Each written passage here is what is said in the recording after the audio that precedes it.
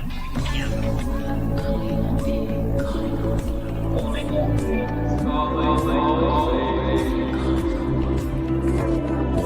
Calling all beings.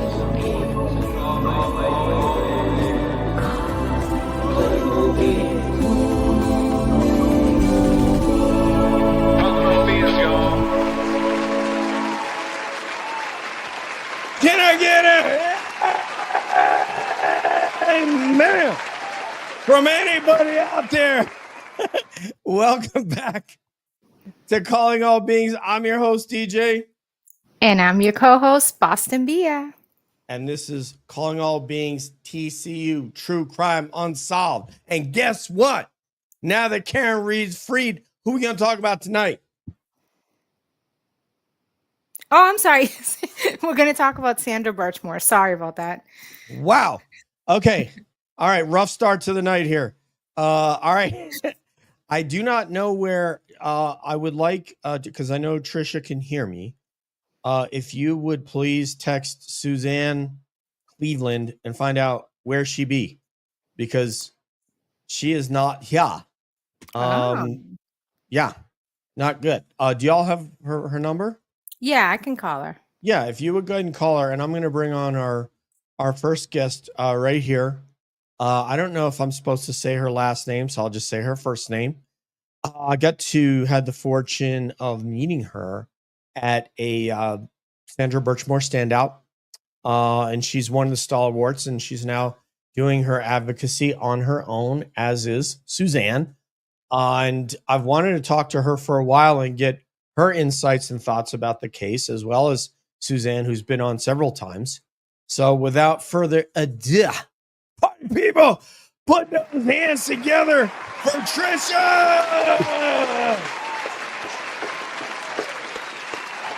Hello. Welcome, Trisha. Well, hello. Thank you for having me. It's a pleasure to have you. You have some of the coolest eyewear in the Thank entire you. community. I hear that from many that say that. Thank you. That's I fair try. to say. I think that Yeah. that's fair and Yeah. appropriate. So well, are you making a phone call? I did. I called and went right to voicemail. Let me see. Oh, boy. She is a person who is late. Hold on. Okay. Yeah, no. Like Phil Collins, no reply at all. Mm. All right. We'll say hi to people. I tried too, but yeah, let's say hi to everyone while she gets right. her I'll send you the link right now. That's the way I went in. So she can't get on X. I'm going to send her the link. I just sent it to her on her cell phone.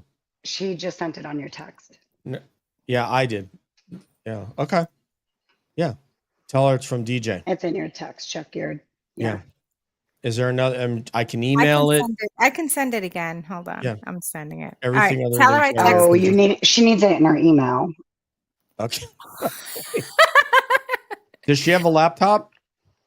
Because that's where. Because then it could be an X. All right, here it comes. Okay, she's gonna send it to herself. She'll be right on. Okay. Awesome. That's good news. All right. Oh man. Oh, that's right. There's that fellow Paul Ryan trying to get a hold of me about the about what is this EF? What is the okay. Paul Ryan trying to get a hold of me about Sandra Birchmore. I'm gonna have to get a hold of him. In the meantime, hello, aka the Cat Lady. Thank you for modding. This is somebody here. So that's the Cat Lady. She is one of our mods. And this young lady, does anybody know her? Yes. Bell? Of course. That's yeah. my girl. There she is, your homie, your bestie, except for when Joanna's there, right? And Joanna's in the house. So listen, be careful. I got two besties here. All right. Yeah. So there's two, just to be clear, there's two besties. All right.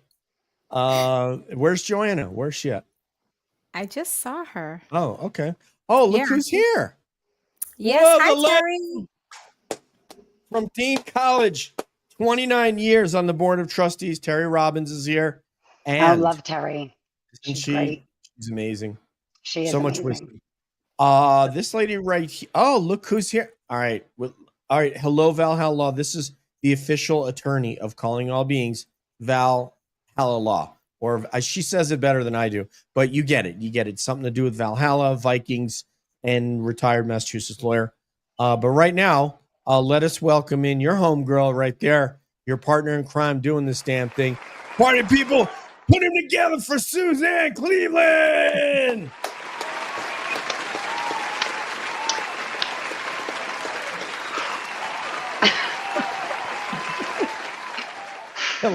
Welcome, Susanne.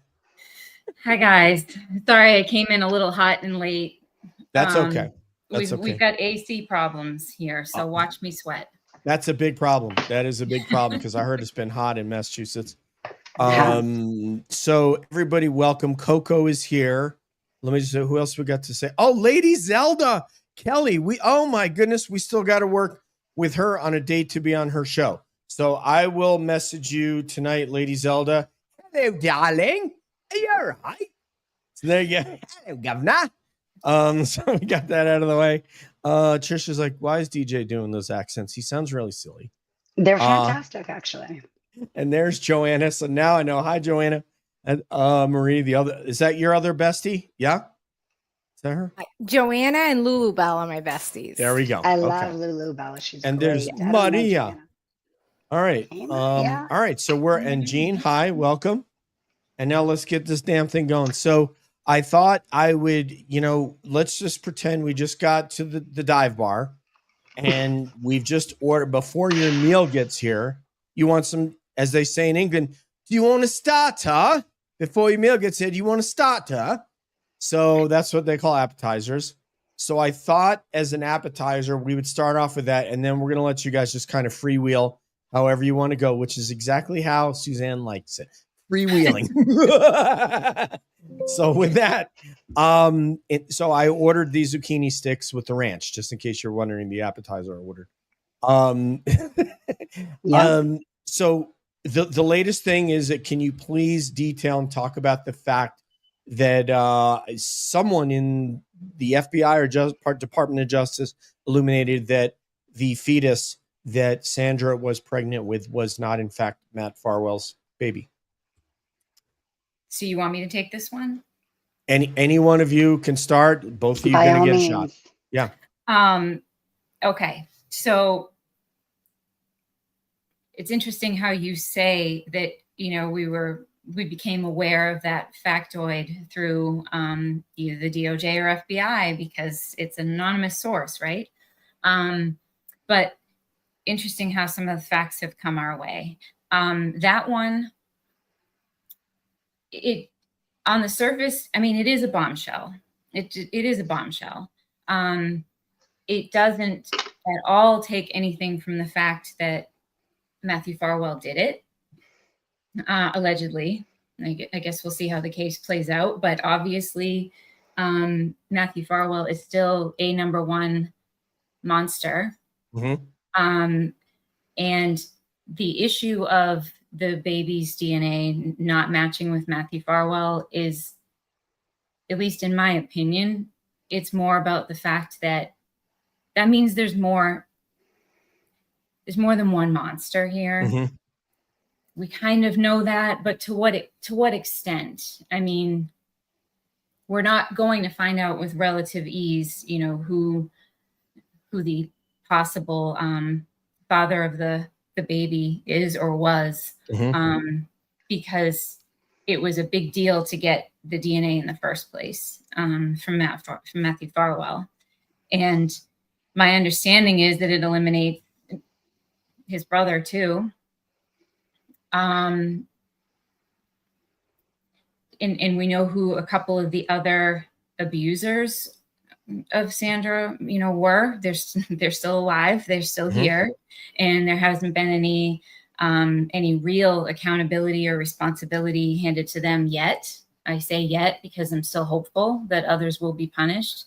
But it doesn't.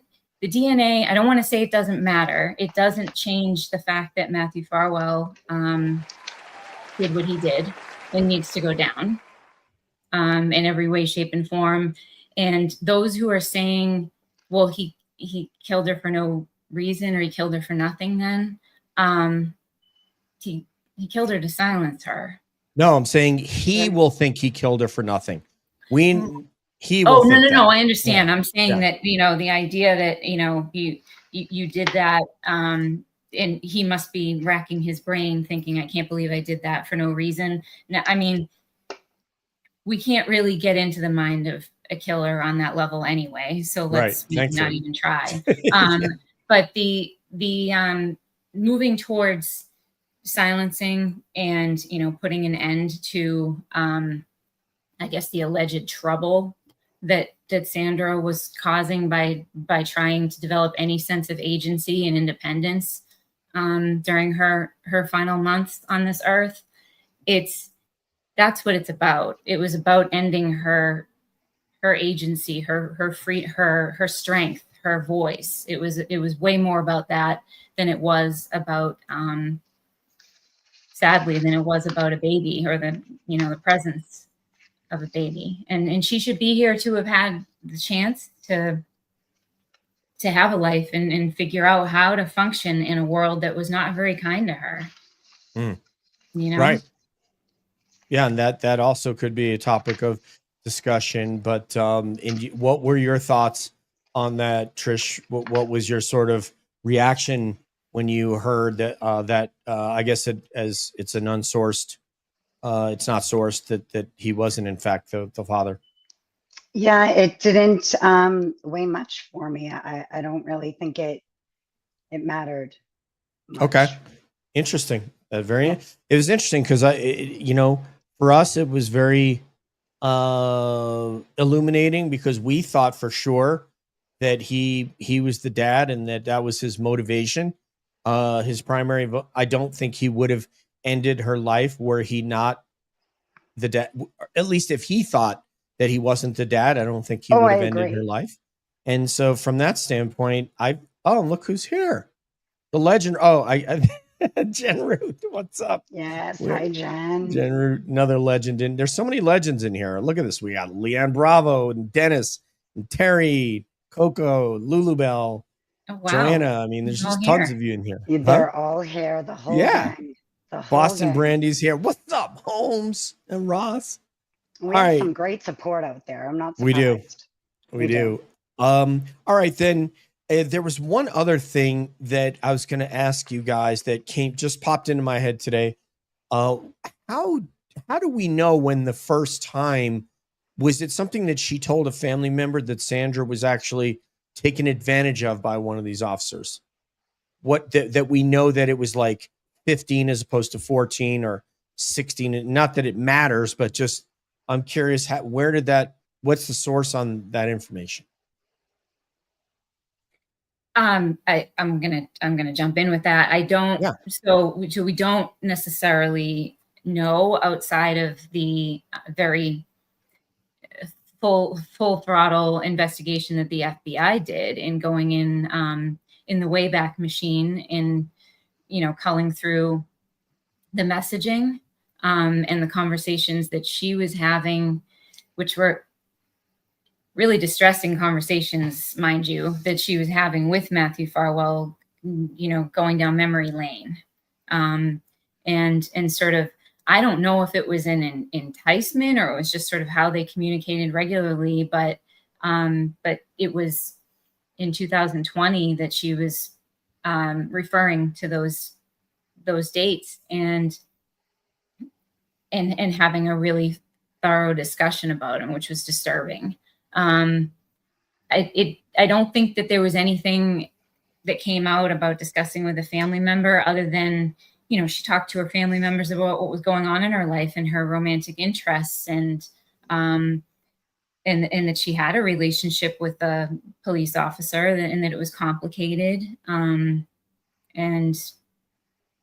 that he was married and that she was hoping, that maybe there was a chance that they could be together in the future if his marriage didn't, work out. But no, there wasn't really a, can we point to this origin other than, her not being alive and them having to do an investigation that covered a lot of written material as well as messaging that referred to the dates and the onset of the relationship. So there's a lot of layers to how they came across those dates. Big thank you to Amy's Positive Pathways. who just, man, she just got certified in this sort of counseling that she had trained for and got her master's in. Thank you for being a member for 7 meses. I appreciate that. Thank you. I'm going to let you guys take it away with where you want to go with it, because I don't think I need to steer this conversation. So jump in, Bia, if you've got something, or if Trisha, if you've got something, you can throw that out there. Otherwise, we can just let these ladies do their damn thing because they've got lots. Hi, Joe. I'll let Anyone? Suzanne lead Okay. the way, and I'll chime in. All right, go for it. Take it away, Suzanne. Trisha, you're going to have to chime in sooner rather than later. So how we sort of came to be as involved in this case as we still are, obviously, is just the hearing about Sandra's death and being members of the community where we're all humans, mothers, aunts, daughters, people who care about our neighbors and children in the community. We were just really shocked and stunned that even when we didn't know that she didn't take her own life, it was already a tragic enough story when the original story broke. So here we are in the middle of this state of affairs in Massachusetts with other high-profile cases afoot, and this case drops, and it doesn't even really make a lot of traction and noise. And how Trisha and I came to know each other was just the shock and trying to represent a voice for Sandra Birchmore and kind of being amongst this crowd of justice-seeking warriors and just looking at each other saying, what we need to do more for Sandra Birchmore. I mean, she ultimately doesn't have any voice. And it was heartbreaking. And along the way, we've discovered that there's a huge need to figure out, one, how this could ever in a million years happen to anyone. And two, how can we prevent it? So there's been a lot of research and work going on with task force and panels who are educated on these matters, even law enforcement professionals who are tasked with apprehending these monsters, all towards the goal of not only finding justice for Sandra Birchmore, but how do we prevent this from continuing? How do we help other potential, I don't even want to say potential victims in the community, because there's just no doubt whatsoever that others were impacted by this ongoing treacherous behavior. So it becomes a matter of creating a safe space and maybe a way for anybody to reach out. And mind you, not all of us have a master's degree or have the means to do an investigation or create safety, but damn it, we will point you to where you need to go. There's a lot of safe, caring people in this justice community, and there's no doubt in my mind that if somebody were to feel comfortable having a conversation to just start with, hey, I'm upset thinking about what happened to Sandra Birchmore. I knew her growing up. I'm sad about, I need to talk to someone. If we don't know who the person is to talk to, we're going to find it out. We'll figure it out together. But the community needs to heal. First of all, there should never be the existence of another Sandra Birchmore case. But that it happened at all means that a lot needs to happen to prevent and create awareness and to heal moving forward. And it is possible to educate the communities and create, a multidisciplinary way to help everybody. When I first heard of Sandra's story and started diving into a bit and learning that it started at Stoughton O'Donnell Middle School, that screamed to me. My son was currently at the school at that time when I found out that piece of the story. And so pulling up to that school every day, I saw there was three cop cars there. There was officers in the school. My son would tell me, and I would think how great it was that he was safe. The Stoughton Police Department were involved in the middle school, in the high school.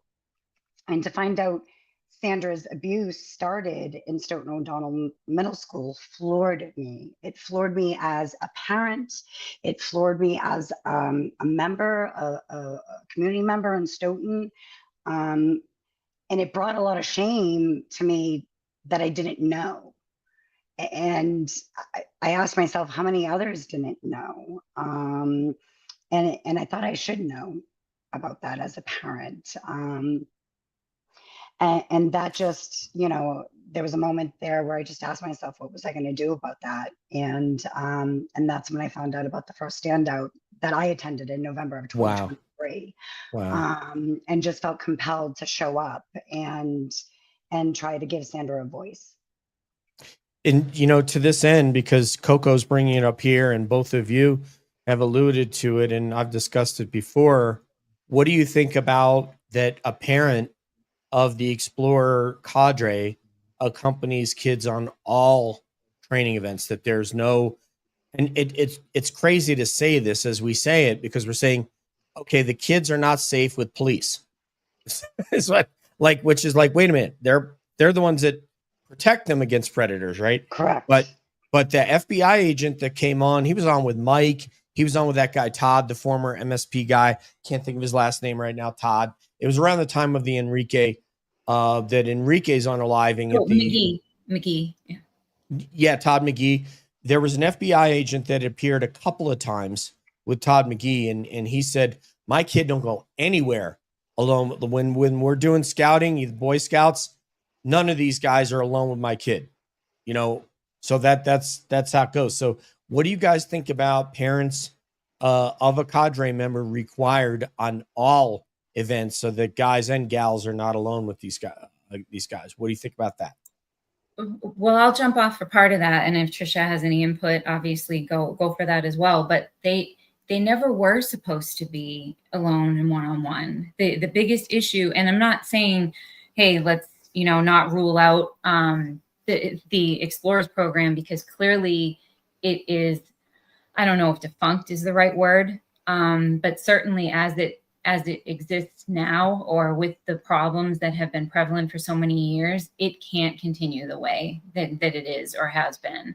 But the agreement and policy and procedure that was supposed to be upheld throughout this entire period, and through many other treacherous stories regarding the Explorers, is that no one is supposed to be one-on-one.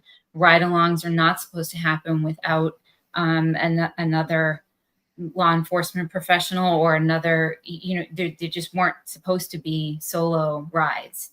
Well, one thing, I don't mean to cut you off. If it were Farwell and Robert Devine, is that acceptable? Well, obviously not. Well, because so that's there's what I mean by where you have parents. your origin story, where there was clearly already something bad afoot back when it was, the boys riding along, and that, their interest in becoming law enforcement professionals, stoked by their admiration for a dude like Robert Devine that got them there. That was clearly an origin story for their mental defects. But if you had a parent riding along, then that couldn't have happened. If you had one Explorer parent on each night, day, however this is going down, so that they're not alone, then it can't happen. Rather than it's crazy to say that, but well, it's not something to rule out, obviously, if there's a parent that would and will do that. But what we're dealing with here, and which is really prevalent with Explorers, and I don't mean this to any offense to anyone here who's been through the program and has been part of an intact family, but there are a lot of children going through Explorers that are there because they don't have an intact family, or they are seeking guidance from other respectable, admirable adults. So that makes it even more of a betrayal, that maybe there are kids who are, I don't want to say lost, but those who are looking for guidance. And, I was a single mother.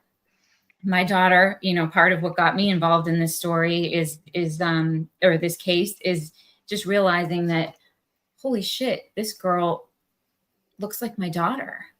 I mean, they're relatively the same age, and my daughter grew up around law enforcement and participated in DARE and programs like that. And what we had in our lives that was different was relationships with law enforcement professionals that were part of her life that would say to somebody, you know, don't mess with her. Right? I'm not going to say her name because, you know, it's her story to tell.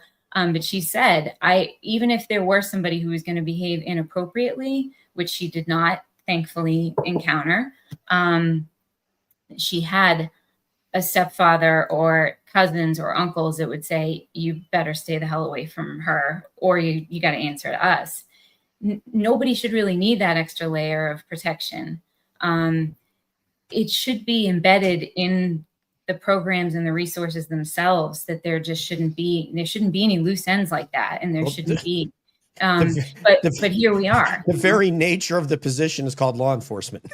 I mean, like, it's supposed to be baked into their title that this wouldn't happen. It's part of what they're supposed to be preventing. Would you like to answer this one, Tricia? This question that Julie has, our mod, Jules. Yeah, I've been staring at that question. That's why I left it for you. I've been staring at it. Yes. What do you say? Of course. There's many others. There are others. And that's why we're here tonight, to try to reach out to people.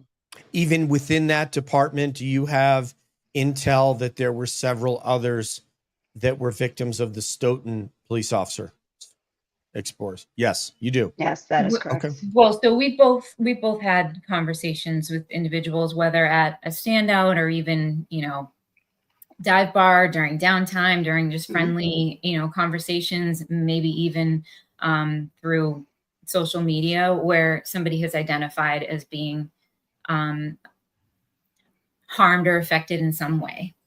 And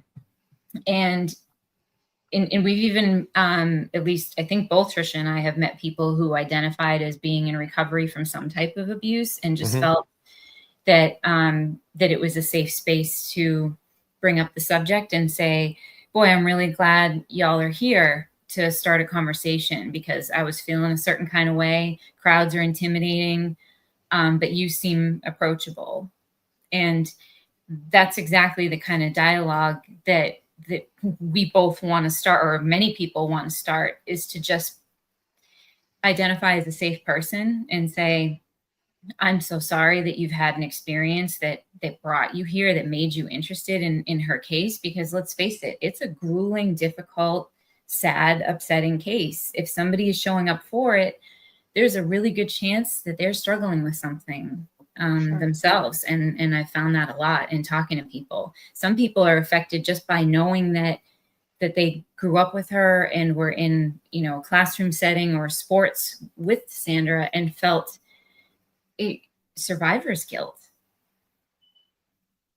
because of not being able to recognize warning signs, or that she was in distress. You know, I thought she was okay. She was always really nice and had a lot of energy and was kind to others. And it just makes it that much more devastating. And there was others that when she did share what was going on in the relationships that she was having, they didn't believe her. And there was a lot of that going. And then people now today looking back who did go to school with her, did not, you know, they were kids themselves. Right. They were kids themselves. They were teenagers themselves. They weren't the ones targeted in that scenario.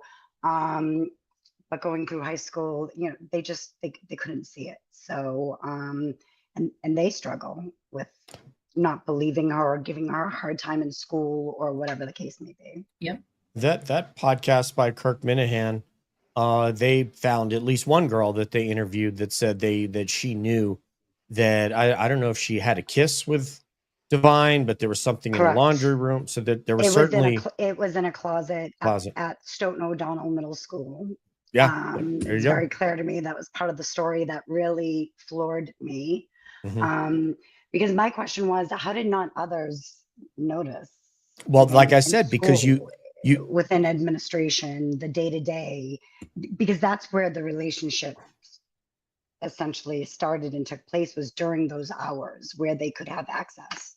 This gets back to Access was key. there shouldn't be any one of them alone with these officers. There should be a parent, and it could be a family. Like Susanne said, well, maybe they don't have a nuclear mom and dad. Maybe they only have one or the other. Well, and I the think mom's that's working. what we're looking An at uncle, today. a cousin.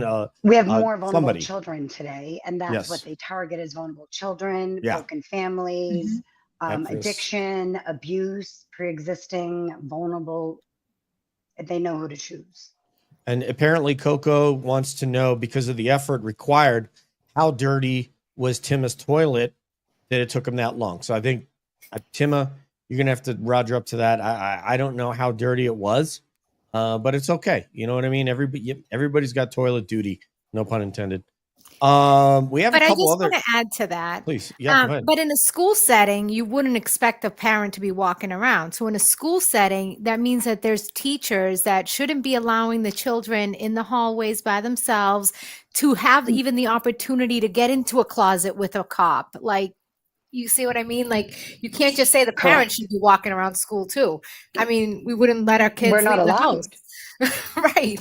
Right. Actually, I want Good to add. point. I want to add to Bia's point, because this actually shows up quite a bit in the investigation, the internal investigation, that there was quite a bit of passing of the buck. There was the school administration saying, "Well, I don't know. That's."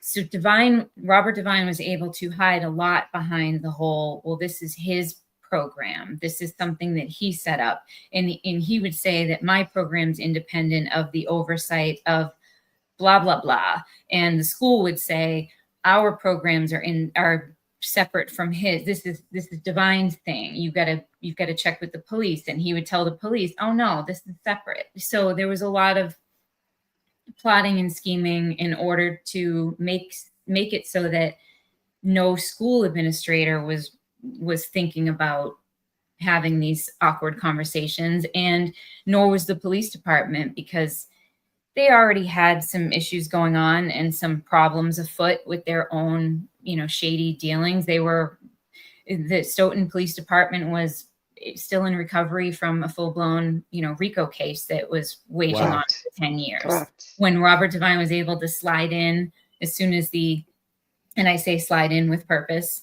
FBI had just sort of left watching over Stoughton PD when the new power came in with Chief Shastany and Devine, and they were supposed to be the ones to clean up the department. So Stoughton had a lot to do to clean up their reputation. And as far as they were concerned, Devine was doing this wonderful thing in the community, which was to engage, do more proactive, interactive activities with the kids and get them involved in caring about law enforcement and being good citizens.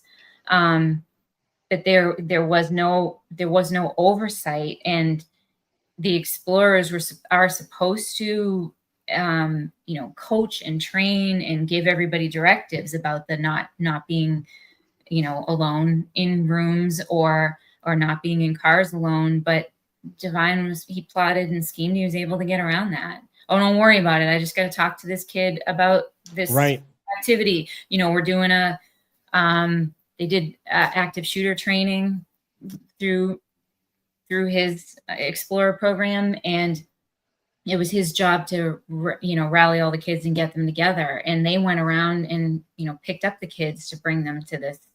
This is a crazy story, which we'll have to maybe talk about in another show. Time. Yeah. There was a very lengthy and crazy story about them going to pick up all these kids and taking them to this obscure place to go. I understand active shooter training, but nobody was overseeing this particular drill.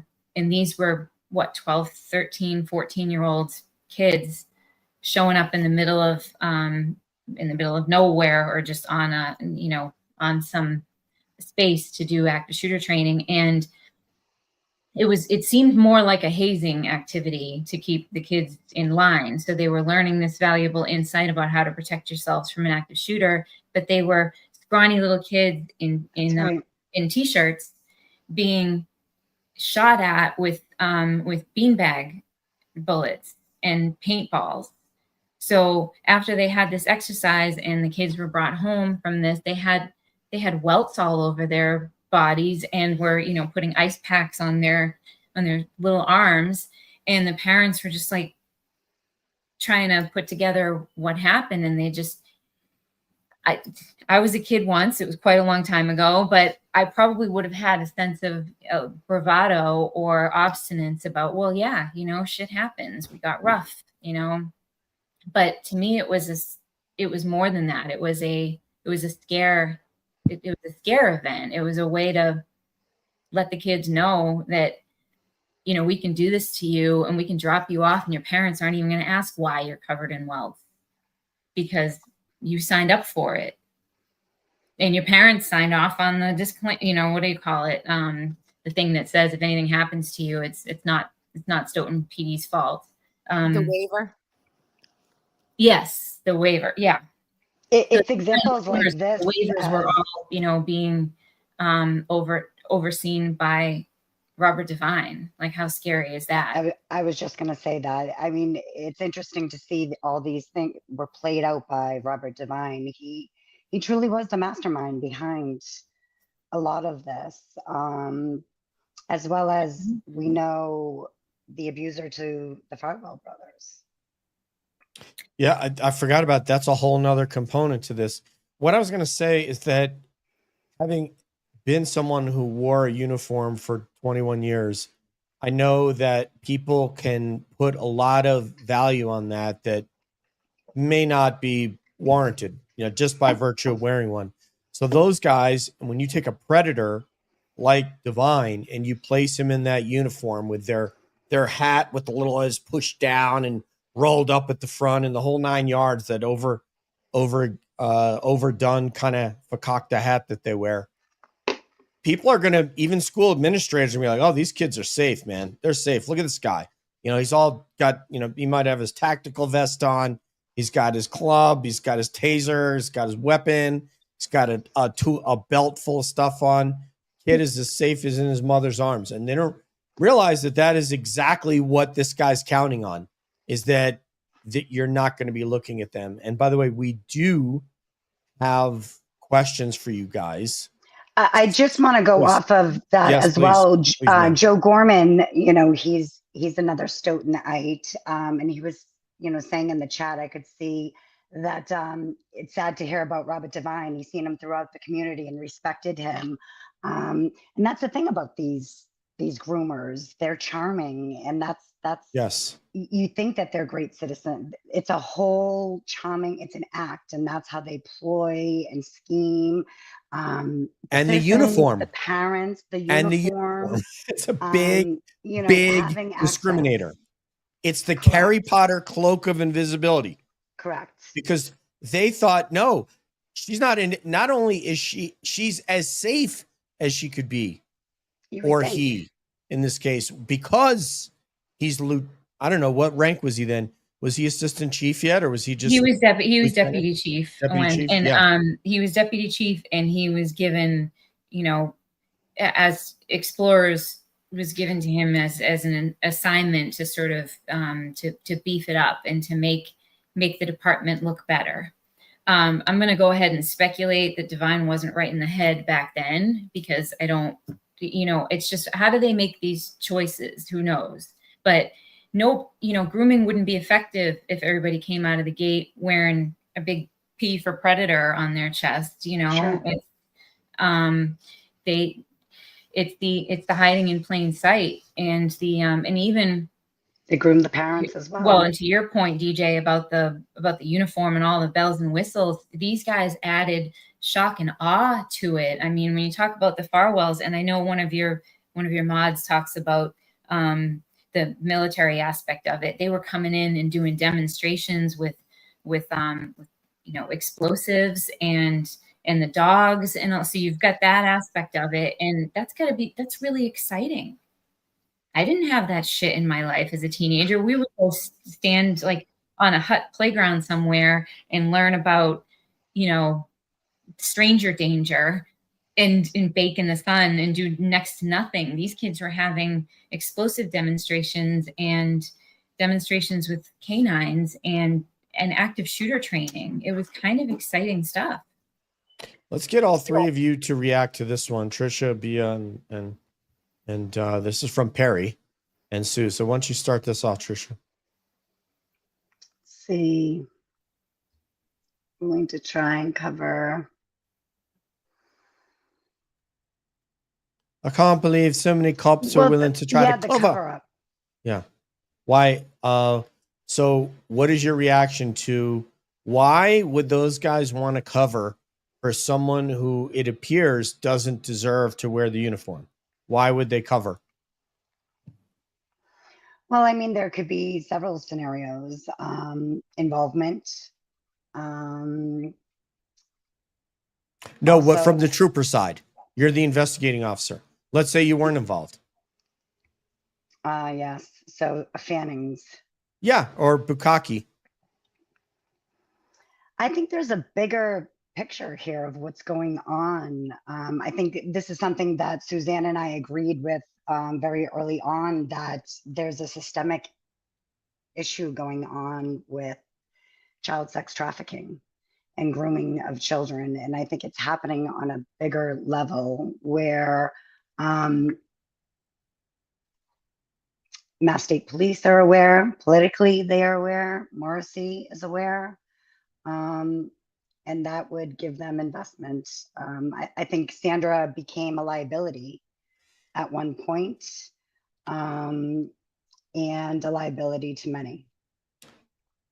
So there are some really, I want to answer this on, sort of a more general sense of like, there are numerous reasons why cases like this don't actually make it anywhere. Number one, or maybe not number one, but say there are 4 or 5 prongs of it. One of them being fear of retaliation. Farwell's pretty, I know people will be horribly offended when I say this, but a scary dude. Mm-hmm. He's a scary dude. He's a terrifying dude. I mean, both of them are. I remember at some point, I don't remember who it was, but somebody said, my money was on William Farwell. I thought he was the more twisted of the two. And I thought, well, that's actually not good to think that, we know what we know about Matthew Farwell, and that when somebody heard Farwell, may have done this to Sandra Birchmore, the fact that they thought it had to be the other one, again, it goes back to the whole, there's more than one monster here. And so fear of retaliation from somebody who's obviously violent, obviously doesn't give a shit about anyone or anything. The other facet of it is, these are the people that you work with day to day in an effort to prosecute cases. He was a detective. Detectives need each other in order to get the job done, and they work hand in hand with the prosecutors. I'm not saying in any way it's not a justification; it's just a complication. Right. That there's this hunkering down of, it's too inconvenient to know exactly what happened here, so let's just put that in a, like, I want to say literally in a box and like lock it in someone's office until the FBI come for it. But there was a lack of desire to move forward because it would just uncover so much other shit, and nobody's ready for it, and even now nobody really wants to know exactly how much is under the cover-up part.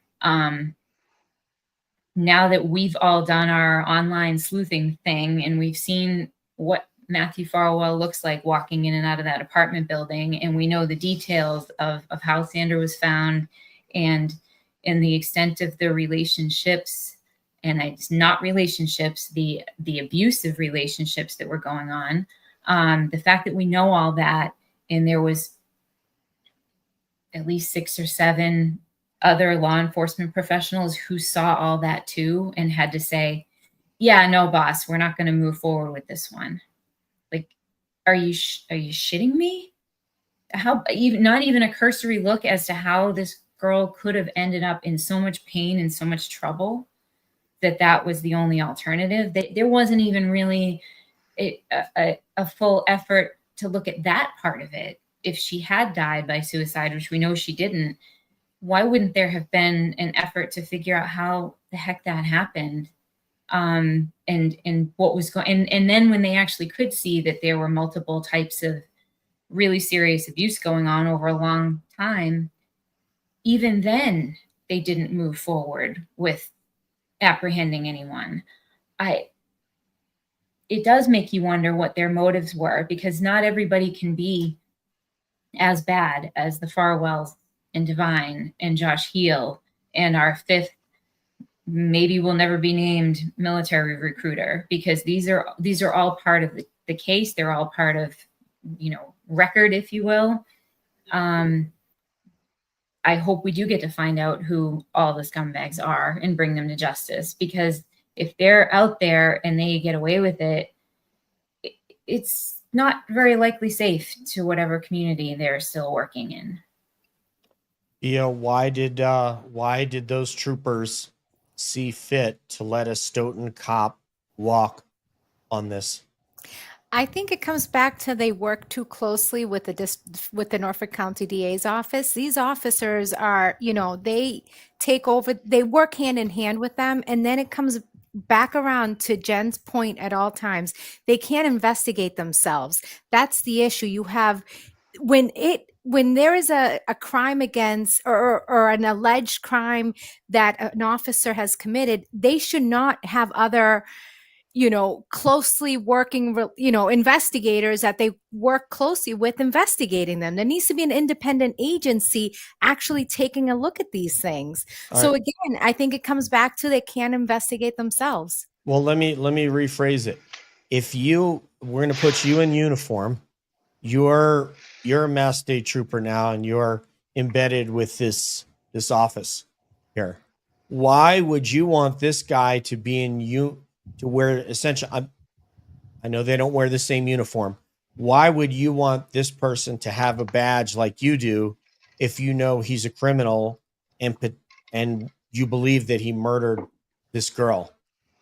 Why wouldn't you want to say, I want to extricate him, eliminate him from this brotherhood that we have, because he's not one of us? So why would they not feel that way? You would think the good cops would be angry, and I'm Right. sure there many are. Yeah, but they didn't. There's a fear factor here, I believe. Of what? What is Farwell going to come beat you up if you have him arrested for murder? I mean, is that what you were? I'll quote Brian from the LV Cops. There's none of these guys scare me. He goes, well, no. There's what happened with Enrique. We saw what happened with Enrique, and I think that's a real life scenario that played out in real time for us to see what's happening. Well, so yeah, I'm just catching Boston Brandy's comment. Yes, so am I. Yes, Boston Brandy. Yes, correct. That is the case. That is. And when allegedly. And allegedly, but not allegedly. So what I've heard from law enforcement professionals who do care and do want to do the right thing and are dedicated to being on task forces where they apprehend people such as Matthew Farwell is that they're not hiding behind being overwhelmed, but indicating that they are in fact overwhelmed, and that that they are working it as constantly and as fiercely as they can. And by the way, if it had been 20 years ago, we wouldn't even be having these conversations. So the fact that you're seeing indictments and you're seeing apprehensions and you're seeing some of these dominoes fall is a really positive result of an intensive amount of work.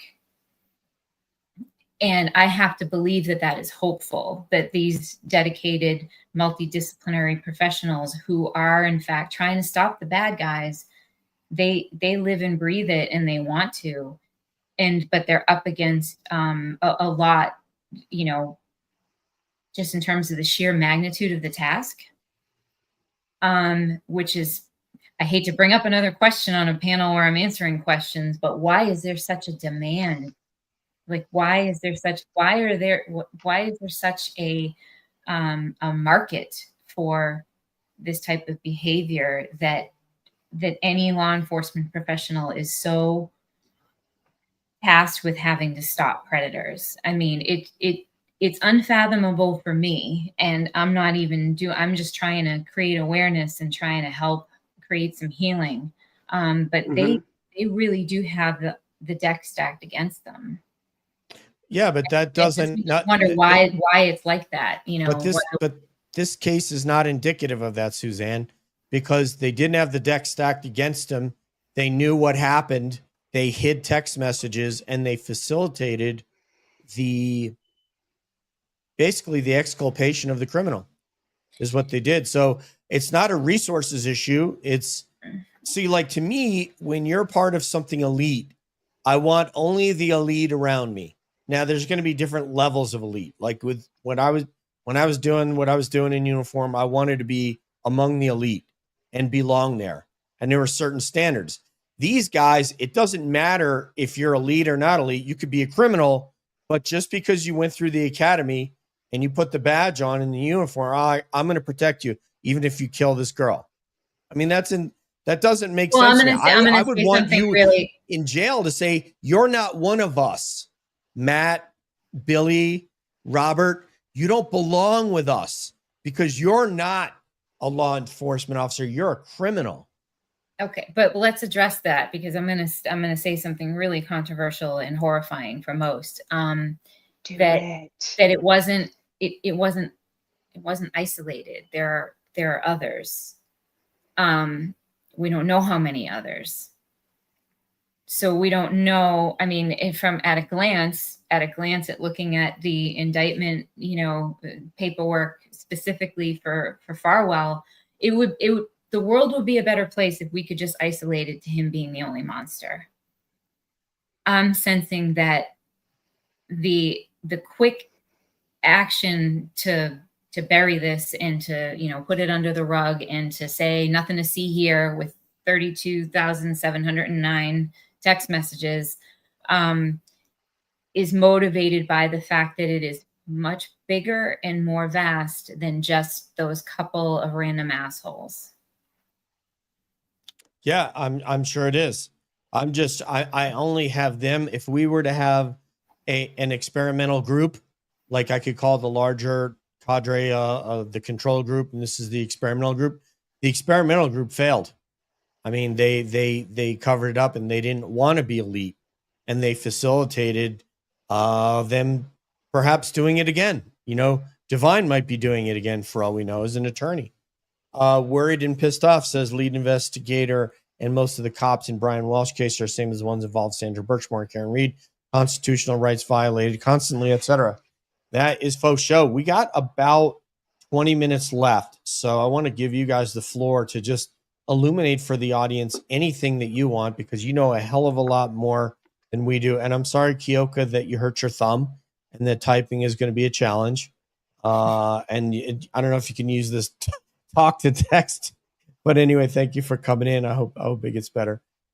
Please take it away. And we can take a few questions too. I can't see the chat if there's anything that stands out. Yeah, let me know. These are the ones. This one really gets to the FBI thing. It says, can the FBI look deeper into SB phone records, cell location, text, and deduce what other males were around her during that conception time and follow the DNA test of course, of those men? I can answer that one for you. The answer is yes, they could. And maybe they do know who those men were. We don't know. They probably do know. I'm certain that they know. I'm certain that they know a lot more than we do. Coco, I am certain that they do not have Divine's DNA, because another unpopular opinion is that Divine, set forth to get his law degree so that he could devote his life to covering up his own scumbag behavior. And he is not going to answer affirmatively to giving up DNA, to doing a lie detector, anything that Can I speak to this one?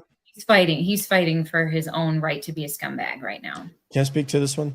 There is a methodology that they use to get these, and it really involves placing an agent inside a restaurant.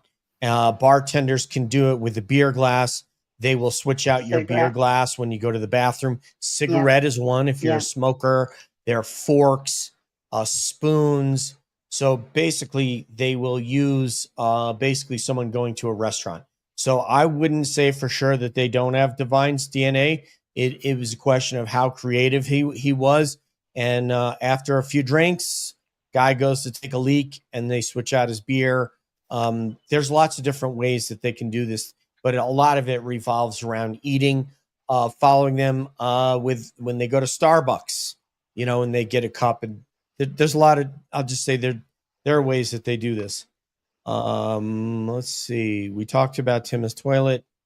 We talked about Boston Brandy. Yeah, if you have questions for Trisha and Suzanne, please let me know. DJ, I love that you brought up the FBI agent in the restaurant and the drink, you know, all that, because that's how allegedly Brian Albert was able to take one of the suspects off of the what do you call it? The Boston Strangler case, through dumpster diving, water bottles. That's another thing Just that they fun do. fact to intertwine into this case that it was somebody's relative's, I think, Poland Spring bottle that actually allowed Brian Albert to break or to debunk a Boston Strangler case. So that this just bizarre. But Divine is somebody who, first of all, he would have had to have been being looked at during this period. And I feel like he's probably spent a lot of his time making sure, like you said, being creative and moving in such a way that doesn't allow anybody. I mean, he's a paranoid dude. I'm sure that he didn't just leave, you know, glasses on the table for people to swoop away from him, because he was doing shady shit long before Sandra Birchmore. Well, there's a lot of, well, I'll say this, like sort of like John Voight told Robert De Niro in that movie Heat. He says, the police, they can hit and miss. You can't miss once, when they were knocking over those banks. So I would just tell you, over these 3 years, it's not impossible that they got his DNA, either, as Kyoka pointed out, by going in his trash and getting things out of his trash, or even just being at a bar, even being in a restaurant. He can be as careful as he wants to be. They can hit and miss, but he can't miss once. They only got to get one thing that has his saliva on it.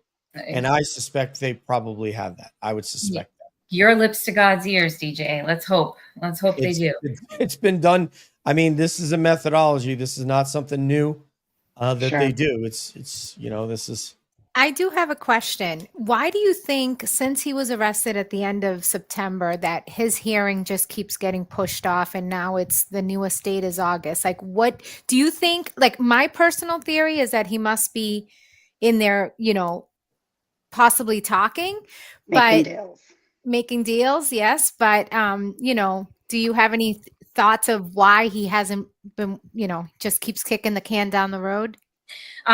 So I do. And just, it was August, not September. It's not a huge factor, because it's still almost a full year, in terms of the next court date being, is it August 4th? Yes. So yes, I'm sure that he's got some things to say. I think that he's not in a helpful way. I think that he's probably a really miserable, spiteful prick and would like to throw people under the bus. So that's fine. Go ahead and do that. If I remember, and I do remember Josh Levy saying, you can say whatever you want. It's not necessarily going to keep you out of the death penalty, but we'll listen, we'll hear you out. So I'm sure that he's got a lot to say. I'm sure that he is giving up voluminous details. And unfortunately, we know, even just from the internal investigation standpoint, that there are a lot of stories within the story. And I say that as delicately as possible, because none of what happened during the last few years of Sandra Birchmore's life is in any way her fault or her shame to bear. And the details of there being other men besides Matthew Farwell, and obviously the scumbags that are part of the civil lawsuit, it's really dark. It's really dark, burdensome stuff. And some of it, the powers that be probably don't want all of the information to come out, but they also need to use the voluminous information to prepare for his defense and to prepare for the prosecution. So the kicking the can down the road, it's very frustrating for all of us, but it's also because of the complexity of the case. They were in agreement on this delay because of, well, a couple things: the DNA, the death penalty attorney being added. So that's, and I don't know how we didn't even get to touch upon that, but for there to be a lawyer put on the team that specializes in the death penalty is kind of big news as well. This is, I'm sorry, go ahead. No, that's all. So that is what added the most recent delay, is to bring the death penalty attorney up to speed, and the prosecution agreed to that because there's a lot. Like DJ, you were saying about how, you only have one chance at hitting this one. Well, the government only has one chance at hitting this one, and they're not going to F it up, hopefully. And the defense attorneys definitely need to brace themselves for impact. And that's where a lot of the delays have come in. Well, two things. So constitutionally, Matt Farwell has a right to a speedy trial. So they could not have done this without the concurrence of his defense team. So that you should know that right away. Mm-hmm. The fact that we are delayed is not the government in this case, it's Farwell.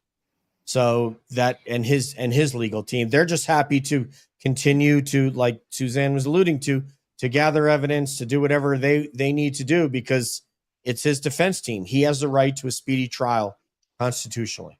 Now, your friend, someone who's a friend of both Susanne, Trisha, and Bia, is named Dennis Sweeney, and he wants to know if the ME if this is from a state Commonwealth standpoint, if it's still characterized as a suicide, yes or no, and then we'll move on. Yes. Okay. And she has not budged. Yeah,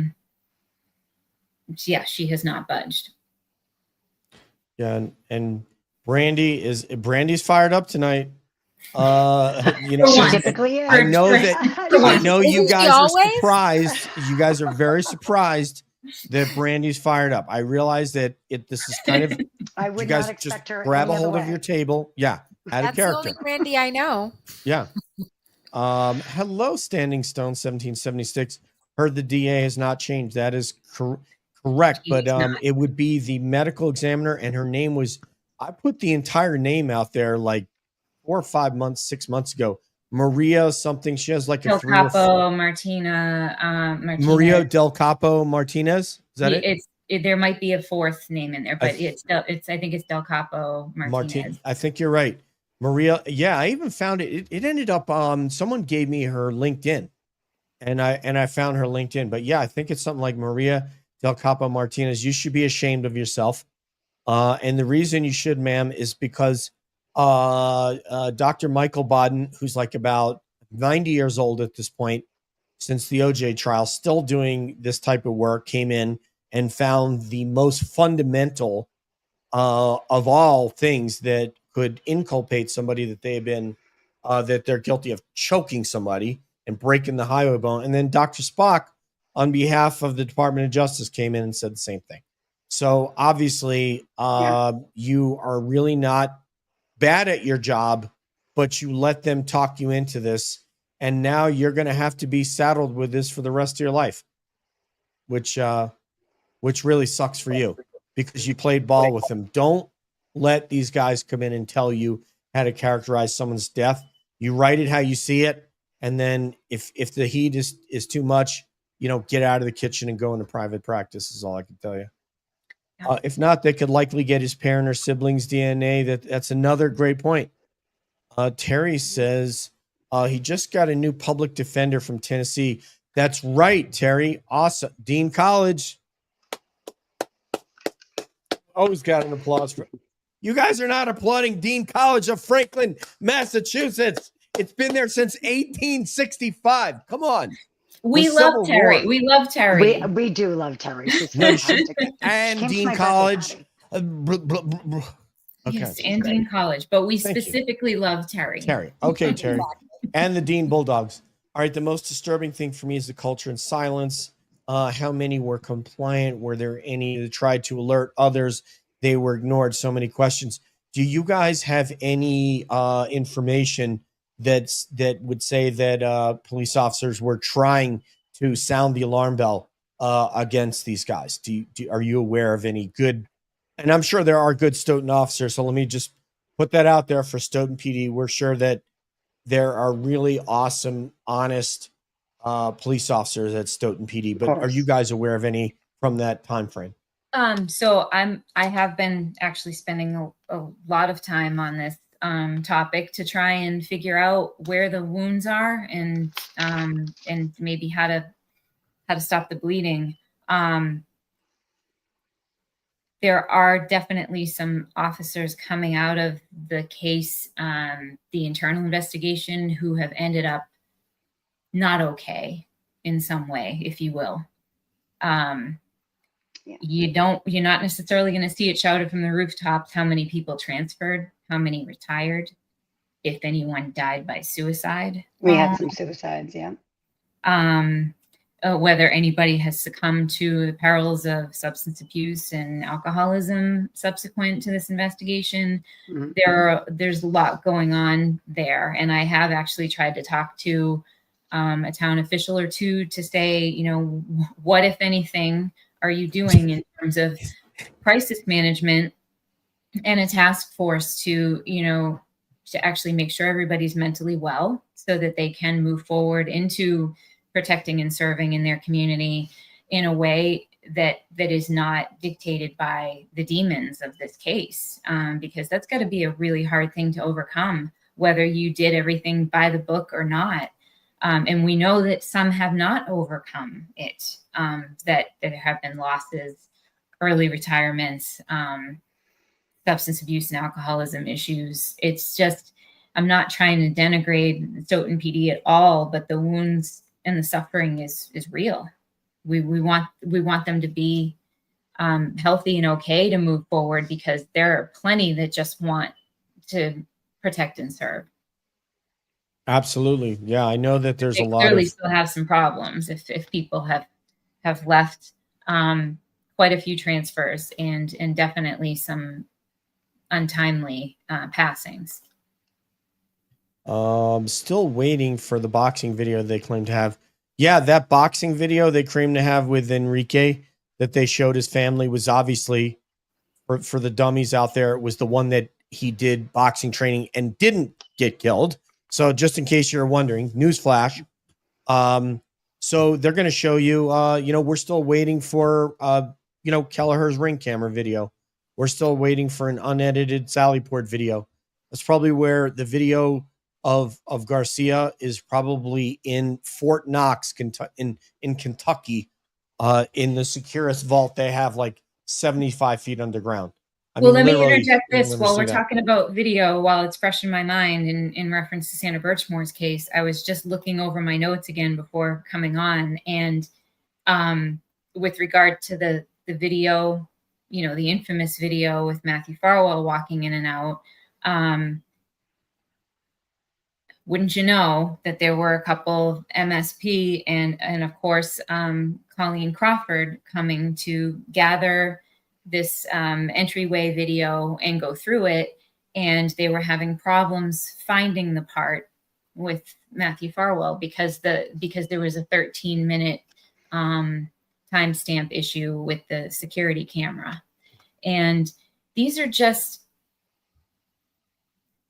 odd things that seem to happen a lot out of Norfolk County DA's office. This 13 minutes of different, like we weren't able to see this creepy asshole walking in and out, being sketchy with his hoodie, like Higgins. And where someplace where there were multiple, cameras, there's 13 minutes missing, or we didn't know who that was. What do you mean you didn't, there's just, why did they sit on this information? Why were there 13 minutes unaccounted for? It's an anomaly that doesn't seem to plague every other law enforcement agency on the planet. Yeah. This happened. There are other places where this has happened, these things and worse, but it's just been localized. They've shed a light on themselves because they've had 3 cases in a row where someone was killed and they had tried to blame somebody else. And it's localized to one office. It's like, you're not like the Dirty 30 in the Bronx or the 7-5 in Brooklyn or something. I mean, or in Manhattan rather. This is like a little police department with a few guys, and in the friggin' DA's office in Canton. I mean, come on, man. You guys, I mean, you're saying, look at me. Well, we're looking at you. All right. It's about time to get out of here. So I want to get some final thoughts. We'll certainly have you guys on again because I realized that you guys have hours of material on Sandra. We haven't done anything on Sandra in a while. Now Karen Reed is freed, and I know that both of you were, were full blast on that. Susanne and Trish were both, So now we can focus on Sandra. We can focus on Turtle Boy and him trying to, them trying to railroad him. The same prosecutor. What is this with these guys hiring? Like they said, hiring special prosecutor. I think Mark Betterow said that. What is it with his office hiring special prosecutors to prosecute these people? Why are you hiring Ken Mello and Cosgrove, at hundreds of thousands of dollars when you have a group of 30 young prosecutors or whatever the hell they have there? Why are they having to bring in outside help for Aiden Carney? Why?